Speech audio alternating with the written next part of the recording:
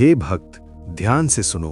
मैं तुम्हें जीवन का एक महान सत्य बताता हूँ। गीता में मैंने कहा है, कर्मण्येवाधिकारस्ते मा फलेषु कदाचन मा कर्म फल हेतुर्भूर मा ते संगोस्त्व कर्मणि। इसका अर्थ ये है कि मनुष्य का अधिकार केवल अपने कर्म करने में है, उसके फल में कभी नहीं। तुम अपना कर्तव्य पूरी श्रद्धा, ईमानदारी और समर्पण के साथ करो, लेकिन अपने मन को परिणाम की चिंता से मुक्त रखो।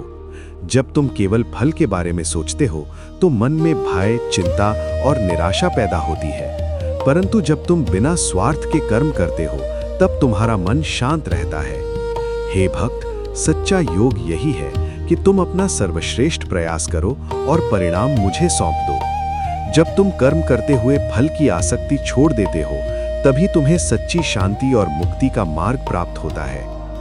चलिए एक उदाहरण से अच्छे से समझते हैं। मान लो एक छात्र है जो पूरे साल अपनी पढ़ाई के लिए मेहनत करता है। वो रोज समय पर उठता है, स्कूल जाता है, अपने नोट्स बनाता है और घर आकर दोबारा पढ़ाई करता है। कभी कभी उसे पढ़ाई मुश्किल लगती है, कभी मन नहीं करता, फिर भी वो अपने लक्ष्य को याद करके मेहनत करता रहता है। वो पुराने प्रश्न पत्र हल करता है, शिक्षकों से अपने संदेह पूछता है और लगातार अभ्यास करता है। अब जब परीक्षा का समय आता है तो स्वाभाविक है कि उसके मन में परिणाम को लेकर चिंता होने लगती है। वो सोचता है, अगर अच्छे नंबर नहीं आए तो क्या होगा, लोग क्या कहेंगे। लेकिन सच्चाई ये है कि परीक्षा का परिणाम केवल उसकी मेहनत पर ही निर्भर नहीं करता।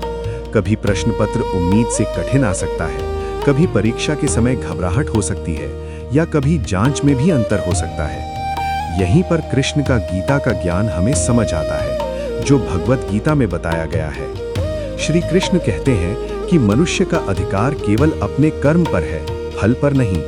इसका मतलब ये है कि उस छात्र का सच्चा कर्तव्य है ईमानदारी से पढ़ाई करना, पूरी मेहनत करना और परीक्षा में अपना सर्वश्रेष्ठ देना।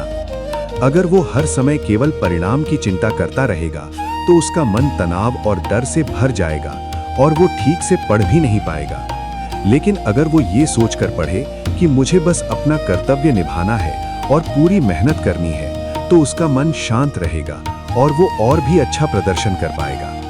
इसलिए एक छात्र के लिए सबसे बड़ा धर्म है मेहनत से पढ़ाई करना, अपना कर्तव्य निभाना और परिणाम को भगवान पर छोड़ देना। इसलिए याद रखो, कर्तव्य करो, धर्म के मार्ग पर चलो और विश्वास रखो कि मैं सदैव तुम्हारे साथ हूं। दोस्तों, अगर आपको ये व्याख्या पसंद आई हो तो वीडियो को लाइक करें, चैनल को सब्सक्राइब करें और कमेंट में लिखें जय श्री कृष्ण। अगली वीडियो में हम दूसरे श्लोक की व्याख्या करेंगे। धन्यवाद।